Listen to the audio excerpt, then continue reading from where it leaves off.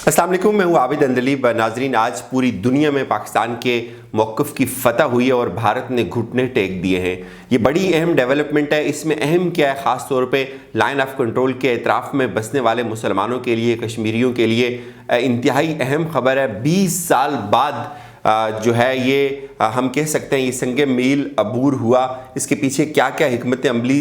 जो है वो परवान चढ़ती रही, किस तरह से यहाँ तक बात को पहुँचाया गया और आज हिंदुस्तान पसपा कैसे हुआ, क्यों मोदी के नैरेटिव को शिकस्त फाश हुई। जो बयानिए का प्रचार किया जा रहा था पिछले 20 सालों से, आज वो अपनी मौत आप मर गया। आज हिंदुस्तान ने घुटने टेक दिए पाकिस्तान के मौक़िफ़ के आगे और पाकिस्तान के मौक़िफ़ को पूरी दुनिया तस्लीम कर रही है कि पाकिस्तान जो है वो एक पुरअमन मुल्क है। सबसे पहले मैं आपको बताऊं, 20 साल पहले तकरीबन 2003 में के लगभग 19-20 साल पहले ये मुआहिदा हुआ था कि सीज़ फायर लाइन जो है वो दोनों एतराफ़ में लाइन ऑफ कंट्रोल, आपको पता है कहीं दरियाएं बीच में और कहीं उन्होंने फेंस किया उस सारे एरिए को, और उसके उस तरफ भी मुसलमानों की, कश्मीरियों की आबादियाँ और इस तरफ भी सिविल आबादियाँ। और जब फायर किया जाता है और वहाँ फायर से क्या क्या नुकसानात होते हैं इस पर तो बताएंगे आपको, लेकिन उन लोगों के लिए ये जो खबर है ये शायद उनके लिए एक नया जन्म है। जो लोग उस फायरिंग को सहते हैं, जिनके बच्चे शहीद होते हैं, जिनकी औरतें ज़ख्मी होती हैं, जिनके मकान जल जाते हैं, जिनके मवेशी मर जाते हैं, उन लोगों के लिए ये खबर बहुत बड़ी किसी भी खुशखबरी से जो है वो कम नहीं है। इसमें आज हमारे जो DGMO हैं और फिर उनका हिंदुस्तान की जो DGMOs के साथ हार्ट लाइन पे राब्ता हुआ, दोनों फ़रीक़ों के माबेन जो है वो इस बात पर ज़ोर दिया गया कि वो आप जो 2003 की उनकी अंडरस्टैंडिंग है उसका पास रखेंगे। दोनों ममालिक, दोनों फ़रीक उस अंडरस्टैंडिंग का वो बिला इख्तियार फायरिंग नहीं करेंगे, वन प्रोवोक्ड फायरिंग नहीं करेंगे, वो किसी किस्म की भी कोई फायरिंग नहीं की जाएगी लाइन ऑफ कंट्रोल के गिर्द। फिर इसका एक दूसरा पहलू ये भी है कि बहुत ज़्यादा लोग आज ये बात कर रहे हैं कि पाकिस्तान ने कश्मीर को जो है वो सरेंडर कर लिया था और शायद यही वजह अब आहिस्ता आहिस्ता बर्फ़ पिघल रही है। और कुछ लोग ये कह रहे हैं जी कि इसके पीछे बड़ी जो है वो एक ज़बरदस्त किस्म की बैकडोर डिप्लोमेसी जो है वो काम कर रही थी, तो शायद ये वजह है जो आज हालात इस तरह से हो गए। तो मैं आपको कुछ दो बुनियादी चीज़ें बताता हूँ। सबसे पहले तो ये जो सीज़ फायर लाइन पे तबसरा करने के लिए आपको कश्मीर के मारूजी हालात को समझना होगा, हिंदुस्तान के हालात को समझना होगा और उसके बाद इंटरनेशनल जो प्रेशर है उसको समझना होगा। सबसे पहली बात, इस वक्त अगर आप हिंदुस्तान की डोमेस्टिक पॉलिटिक्स की बात करें, वो मोदी जो आज से 1 साल पहले तक बढ़ के मारता था, पूरी दुनिया को ये बताया जाता था कि वो पाकिस्तान के ऊपर सर्जिकल स्ट्राइक करेंगे, पुलवामा जैसे अटैक करके उन्होंने पाकिस्तान को पूरी दुनिया में ख़राब करने की, पाकिस्तान की साख को मुतासर करने की कोशिश की, लेकिन पूरी दुनिया ने देखा अर्नब गोस्वामी की जो चैट्स थी उसके बाद कई अहम इंकशाफात सामने आए कि पाकिस्तान के इससे कोई ताल्लुक़ नहीं है, ये खुद हिंदुस्तान ने किया। वो मोदी जो पाकिस्तान पे हमला करने की बात करता था, वो उनके आर्मी चीफ जो हमें तड़ी लगाते थे कि हम आपकी ईंट से ईंट बजा देंगे और हम आपसे जो बचा हुआ कश्मीर है वो भी छीन लेंगे। वो मोदी जो चाइना के साथ इस वक्त बरसरे पैकार था, वो आज घुटने टेकने पे मजबूर हो गया है। वो उसने पसपाई इख्तियार की है। उसका वो बयानिया जिस बयानी के तहत वो हिंदुत्वा की जो आइडियोलॉजी अफगानिस्तान तक अपनी नज़रियाती सरहदों को फैलाना चाहता है, आज वो अपनी मौत आप मर गया। वो ऐसा क्यों हुआ? 3 वजूहात मैंने आपको बताई। सबसे पहली वजह हिंदुस्तान की जो डोमेस्टिक हालात हैं,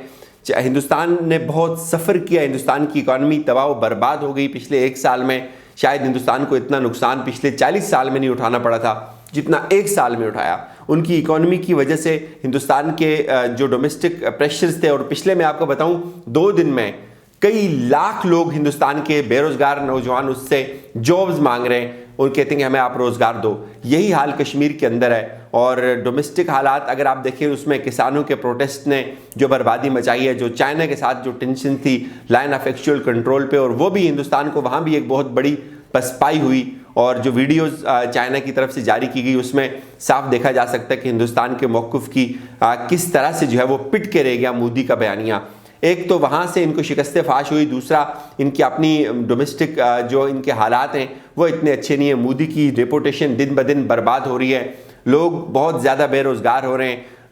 कश्मीर के अंदर जो है वो कन्फ्लिक्ट क्राइसिस जन्म ले रहा है। तो शायद ये सबसे बड़ी वजह यह है कि हिंदुस्तान की फ़ौज ने, ये मैं आपको यहाँ एक और इम्पोर्टेंट ख़बर दे रहा हूँ, جب چائنا کی فوج ہندوستان کی فوج کے ساتھ ڈیل کر رہی تھی تو ہندوستان کی فوج نے اپنی گورنمنٹ کو یہ بات کی کہ آپ ہمیں اجازت دیتے ہیں کہ ہم چائنا کے ساتھ بیٹھ کر بات کریں، تو why not we can talk with Pakistan army, ہم پاکستان کی فوج کے ساتھ کیوں بات نہیں کر سکتے، آپ ہمیں ان کے ساتھ بھی بات کرنے دیں، آپ ہمیں ان کے ساتھ بھی انگیج کرنے دیں۔ تو یہ بات وہیں سے شروع ہو گئی تھی، اور اس کے بعد آپ کو پتہ ہے جنرل باجوہ کے کچھ اس طرح کے بیانات بھی آئے، اور دونوں طرف سے اس میں بھی کوئی شک نہیں ہے کہ کام ہو رہا تھا، لیکن جس چیز نے سب سے زیادہ مجبور کیا مودی کو وہ ہندوستان کی اپنی بگڑتی ہوئی معاشی صورتحال ہے، ہندوستان کے اپنے بگڑتے ہوئے مسائل ہیں، ان کی وجہ سے ہندوستان نے گھٹنے ٹیکے اور آج ہندوستان کے اس بیانیے کو شکست ہوئی ہے جو وہ پاکستان پہ مسلط کرنے کی کوشش کر رہا تھا۔ تیسری جو میں آپ کو بڑی وجہ بتاؤں، پوسٹ جو بائیڈن جو حالات ہیں اس وقت مڈل ایسٹ کے ہوں یا ساؤتھ ایشیا کے ہوں، ہمارے ہوں، ٹورڈز ہندوستان اور ٹورڈز چائنا، ان میں بہت زیادہ آپ کو ڈفرینس اب نظر آنا شروع ہوں گے، بہت پالیسی شفٹ آپ کو نظر آئے گا، کہ ہم کہہ سکتے ہیں کہ پیراڈائم شفٹ ہوگا پوسٹ ٹرمپ، اور جو ٹرمپ کی پالیسیز تھی اور بائیڈن کی پالیسیز، ان میں بڑا آپ کو فرق اور تضاد نظر آئے گا۔ بہرحال ایٹ دا اینڈ یہ بہت بڑی خبر ان لوگوں کے لیے جنہوں نے آج تک پچھلے 20 سال میں، جس میں میں خود شامل ہوں، ہماری فیملیز شامل ہیں، ہمارے تمام کشمیری بھائی جو لائن آف کنٹرول پہ رہتے ہیں، جن کے گھر ہیں، پچھلے 3-4 مہینے پہلے آپ کو پتہ ہوگا تقریباً 13-14 گھر جل گئے تھے، ایک گولہ لگتا تھا پورا گھروں کے گھر جل جاتے تھے، بچے شہید ہو جاتے تھے، سب کچھ تباہ و برباد ہو جاتا تھا، اور فائر بھی بڑا چھوٹا فائر نہیں ہوتا تھا، بڑا ہیوی فائر ہوتا تھا، اور ان لوگوں کے لیے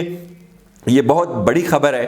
یہ خبر کسی تحفے سے کم نہیں ہے کہ اب وہ سکون کا، سکھ کا سانس لے سکیں گے۔ وہ لوگ جو بے یقینی کا شکار ہوتے تھے جب ان کے بچے سکول جاتے تھے، وہ لوگ رات کو بے یقینی سے سوتے تھے کہ کسی وقت بھی جو ہے وہ گولہ باری شروع ہو جائے گی، کسی وقت بھی فائرنگ ہوگی، اور وہ فائرنگ کی زد میں آ کر شہید ہو جائیں گے۔ وہ لوگ جو غیر محفوظ تصور کرتے تھے اپنے آپ کو، بچوں کو سکول نہیں بھیجا جاتا تھا، کتنی ایسی فیملیز تھی جنہوں نے ہجرت اختیار کی اس فائرنگ کی وجہ سے، آج ان کے لیے بھی ایک بڑی خبر ہے۔ لیکن اس میں خدشہ ایک ضرور ہے ناظرین، ہندوستان کی جو فوج ہے، ہندوستان ہمارا دشمن ہے، اس کی فوج انتہائی عیار اور مکار فوج ہے، وہ فائر ان کی کوئی پروفیشنل ایتھکس نہیں ہے، وہ کسی وقت بھی فائر کر سکتے ہیں۔ اس سے پہلے بھی جو معاہدے کی خلاف ورزی کی تھی وہ مودی کی طرف سے ہوئی تھی، وہ ہندوستان کی فوج کی طرف سے ہوئی تھی، اور آج ایک بڑی اچھی خبر ہے، اللہ کرے اس طرح کا جو پیس ہے یہ پریویل کرے، یہ امن کا جو ایک سینس ہے یہ پریویل کرے، لوگوں کو امن ملے، لوگوں کو خوشحالی ملے، خاص طور پہ وہ لوگ لائن آف کنٹرول پہ بسنے والے جو سال ہر سال سے اس ظلم اور زیادتی کا شکار ہیں، جو مجبور ہیں، جن کے پاس اور دوسرے کوئی آپشنز نہیں ہیں، جو اس جگہ پہ اس ایکسپوزڈ ایریا میں رہنے پہ مجبور ہیں، جن کے وہاں گھر بار، جن کے بچے ہیں۔ بہرحال ان کے لیے بڑی خبر ہے، آج پاکستان کی فتح کا دن ہے، اور آج مودی کی شکست کا دن ہے۔ مجھے اجازت دیجیے، اپنا بہت سارا خیال رکھیے گا، خدا حافظ۔